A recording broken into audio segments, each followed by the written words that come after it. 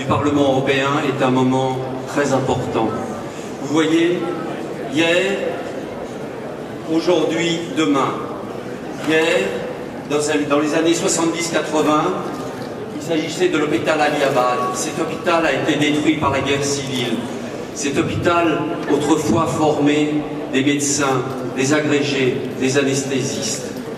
Lorsque nous sommes arrivés en 2006, l'état de la médecine était absolument déplorable. Je vous donne simplement un chiffre. Espérance de vie de la femme, 42 ans. Espérance de vie de l'homme, 44 ans. 2 anesthésistes pour tout l'Afghanistan.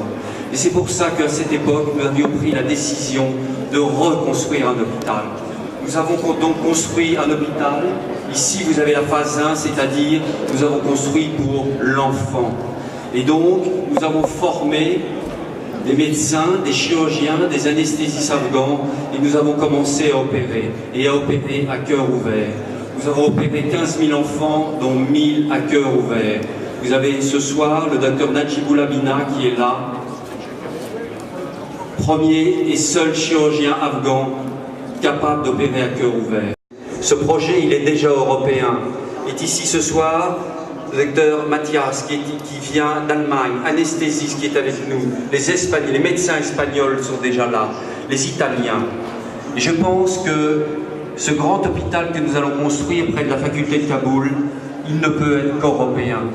Nous aurons besoin de la force de tout le monde au moment où les troupes se retirent. Afghans qui n'avaient jamais donné l'anesthésie depuis 5 ans parce qu'ils n'avaient plus les médicaments et plus les matériels. Et donc quand on comprend cette situation, quand on connaît la situation sanitaire de l'Afghanistan, on comprend l'importance de l'hôpital dit hôpital français.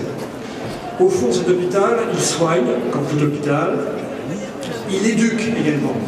Et comme tu l'as rappelé, juste derrière l'hôpital, quand on est face à l'entrée, on aperçoit derrière l'université de médecine de Kaboul.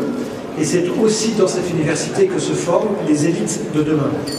S'il y a une dizaine d'années, les armées européennes, les États-Unis également, sous le mandat de l'OTAN, se sont rendus en Afghanistan, c'était avec un objectif politique qui était clair, sous mandat, qui était de faire tomber le régime des talibans.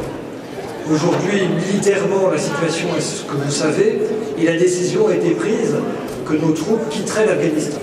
Eh bien, je dirais que le travail ne serait pas fait, non seulement ça aurait été bien du gâchis depuis 10 ans, si en partant, nous ne nous assurions pas que l'Afghanistan est prête à s'organiser elle-même et que ses structures sont organisées.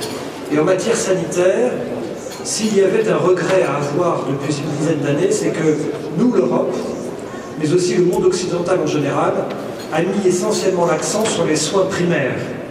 Chose qu'il fallait évidemment mettre en route. C'était important, les soins primaires. Mais les soins primaires, ce n'est qu'un des aspects de la santé. Et le désespoir que peut représenter, quand on est un Afghan, le fait de savoir que quand on a telle ou telle pathologie, on ne peut pas être soigné parce qu'il n'y a aucun endroit pour être soigné, est incroyablement scandaleux. Quand vous avez un cancer en Afghanistan, il n'y a pas d'oncologue. Quand vous aviez une pathologie cardiaque chirurgicale, vous ne pouviez pas être opéré. Eh bien, l'hôpital français de Kaboul, je l'appelle encore un temps comme cela, est là pour donner de l'éducation médicale, elle est là pour soigner, elle est là aussi pour donner cet espoir.